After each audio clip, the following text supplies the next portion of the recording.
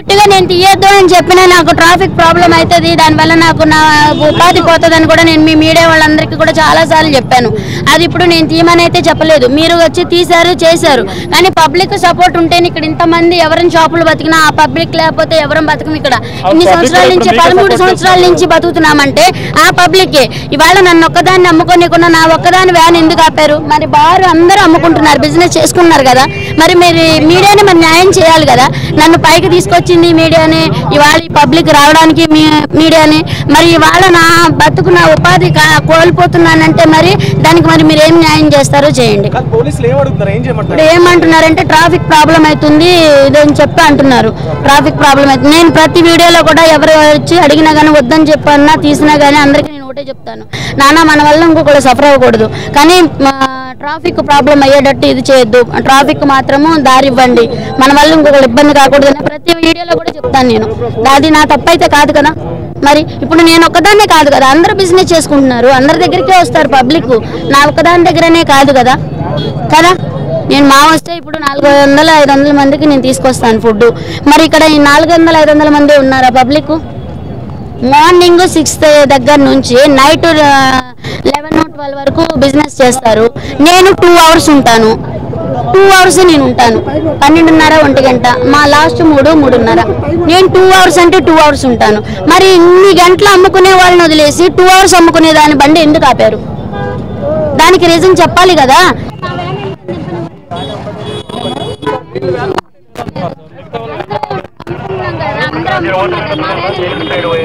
చూడమ్మా, ఇక్కడ మేము మా ఉద్దేశం ఉంది ట్రాఫిక్ క్లియరెన్స్. ఇది మీ ఓన్ ప్రాపర్టీ అయితే పెట్టుకోవచ్చు. మీరు ప్రాపర్టీ పెట్టినప్పుడు మీకు పార్కింగ్ చూపించే బాధ్యత మీది. ఇప్పుడు ఏ హోటల్ అయినా ఏ స్కూల్ అయినా ఏదైనా ఒకవేళ మనం బిజినెస్ చేస్తున్నప్పుడు దానికి పార్కింగ్ బాధ్యత మనదే ఉంటుంది. ఇప్పుడు మనం ఇల్లు కట్టుకున్నప్పుడు మనం పార్కింగ్ పెట్టుకుంటాం, మన ఇంట్లో పెట్టుకుంటాం, అంతేనా కదా. సో కాబట్టి పార్కింగ్ బాధ్యత మీరు చూపించండి, మీరు బిజినెస్ చేసుకోండి. లేదు ఇది యాక్చువల్గా మీరు మేము రిమూవ్ చేసేటప్పుడు నేను కోర్టులో వేస్తారంట. యాక్చువల్ నేను రాకముందే నడుస్తుంది ఇది. సో ఇది కోర్టులో వేస్తుంది కాబట్టి మేము వెయిట్ చేస్తున్నాం కోర్టు దాని గురించి. ఓకేనా? జిహెచ్ఎంసీ పర్మిషన్ ఏం లేదండి ఇక్కడ, కాకపోతే అది కోర్టులో స్టే ఇచ్చారు అంతే. కోర్టులో స్టే ఇచ్చారు కాబట్టి మేము దాన్ని రిమూవ్ చేయలేకపోతున్నాం. వన్స్ కోర్టు నుంచి ఆర్డర్ వస్తే టోటల్ రిమూవ్ చేస్తాం. They are not paying any మన rent or nothing. This is not their own property. They are not paying any rent. Simply they are coming and doing business. Then who is the responsible for the road? That's why we 10 people ఏంటండి sudden గా కాదండి. Since long time we are saying this one. చాలా రోజులు చేస్తున్నాము. That మేము కోర్టులో ఉంది కాబట్టి మా డ్యూటీ మేము చేస్తున్నాం. ఎక్కడైతే రోడ్ అబ్జెక్ట్ చేస్తుందో మేము అక్కడ ఫైన్ వేస్తున్నాం. చూడండి ఇదంతా పార్కింగ్, ఇదంతా రోడ్ వే. ఈవెన్ మీరు ఇక్కడ ఒక 100 మంది వస్తే థౌసండ్స్ ఆఫ్ మెంబర్స్ సఫర్ అవుతున్నారు ట్రాఫిక్ కి. మీరు చూడండి, యూ కెన్ సీ. ఇప్పుడు ఇక్కడ జామ్ అవుతుంది, ఇదంతా కేబుల్ మొత్తం జామ్ అవుతుంది. So because of this 100 people, thousands of people are suffering. Okay na, that's why we are doing that one. This is not our personal issue. Only మేము చూసే only మాకు road ఇబ్బంది పెట్టాలి. ఎక్కడైతే డిస్టర్బెన్స్ లేదో అక్కడ మాత్రమే మేము ఎంటర్ అవుతాము, దాన్ని స్ట్రిక్ట్ గా ఫాలో అవుతాం.